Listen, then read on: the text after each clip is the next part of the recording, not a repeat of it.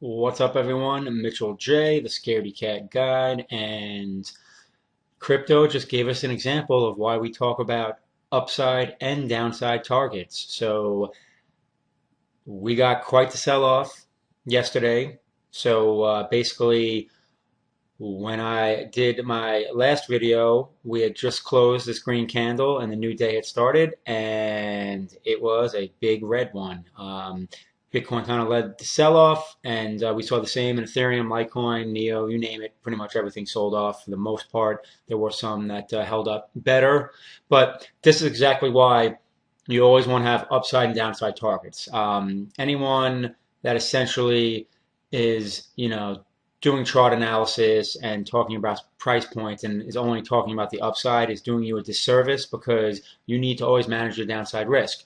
So let's get into it. We talked about Bitcoin yesterday, and basically I said, we cleared this top with this candle close here. And then we were in a position to, make a run, possibly a 10K. Obviously, we had the 200-day moving average near there. But I also pointed out this prior little consolidation top, where we had price action where buyers essentially, tried to bounce it and they failed. So kept it in mind. It was just like, all right, this could be a little hiccup before, we make around a 10K. Sure enough, what happened? Well, look, we got up to that 96, 97. So basically, in this area. And on the opposite side, we talked about downside. So downside target. Well, first thing was this consolidation area.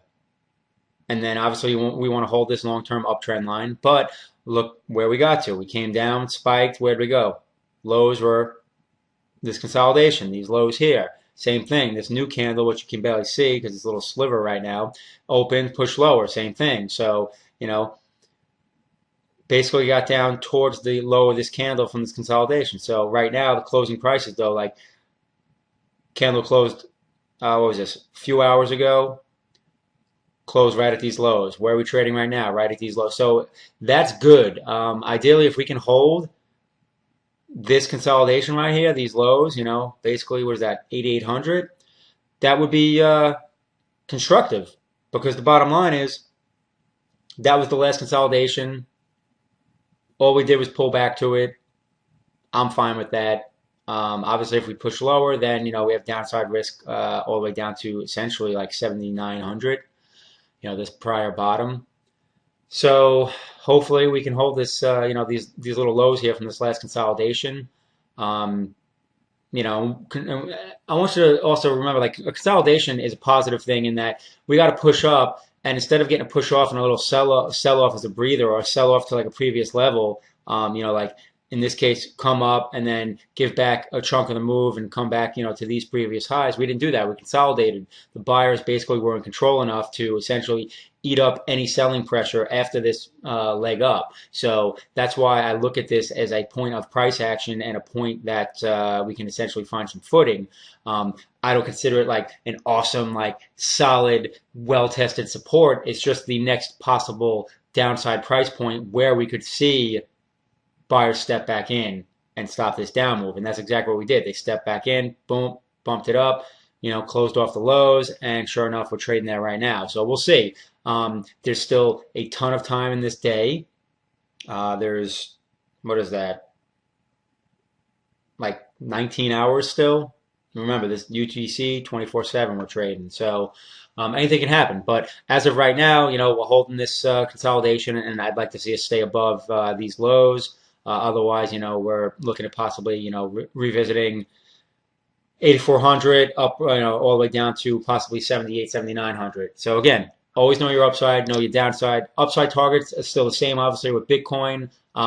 Essentially, at this point, it would be making around a 10K because essentially, we want to get back to these highs and breach these. So there you go. So let's take a look at Ethereum because Ethereum did some stuff that was a little more clear. So we talked about this prior support slash resistance.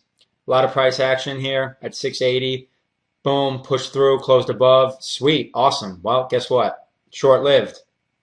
Like I said, it really needs to, get across these little consolidation highs here, but sold off, closed back below. So clearly, it essentially failed at this resistance. It did, poke through and close, but next day right through. So essentially failed. So again, that's our upside now. We're looking at essentially 680, 700 as the upside. That A is a target, but we need to get above.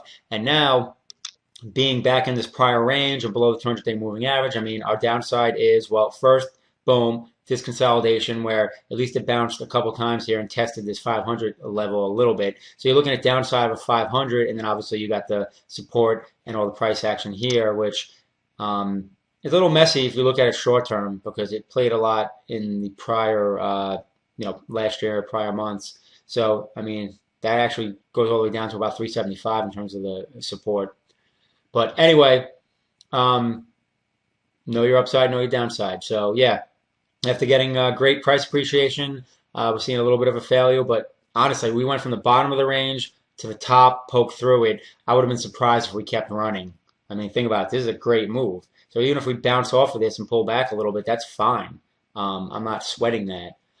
The bottom line is at least we're up in this higher range again instead of possibly, breaking down and looking at 280, which was on the table when we were over here. So, all right, let's look at Litecoin real quick. Same thing, we're looking at, again, this prior highs, the next possible target, $1.68, did not quite get there. What did we get up to?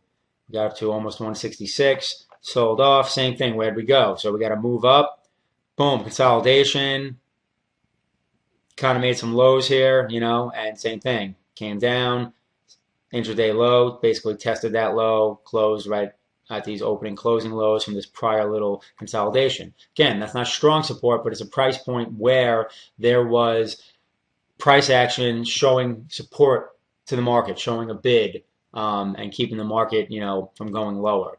So we'll see what happens.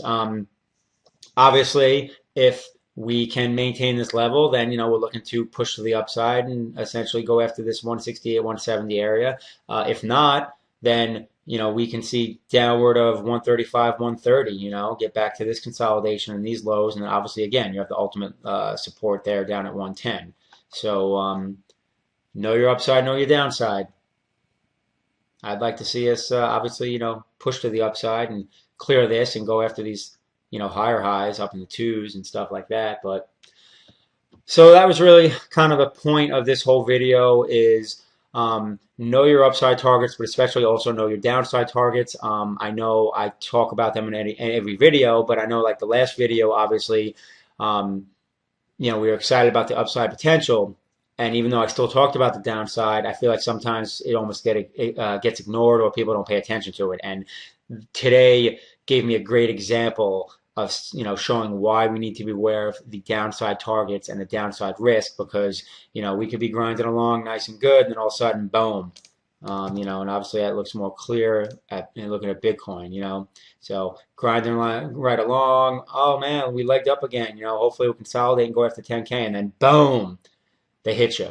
So know your upside and your downside targets, and like I said, I'm not right now sweating this price action. I mean, heck, if we can end up holding 88 on Bitcoin, I'll actually feel pretty good about it because there was bound to be some kind of sell-off at some point. Like we were going to get a big candle sell-off. So we'll see what happens. We won't know until tomorrow whether we hold 88 or if we push down to the low eights. But if we can hold 88 and start progressing again, that will be very positive because that'll just be one failed attempt by sellers to essentially push us down. Anyway, all right. Dump some links in the show notes as normal. I'll see you guys on the next video.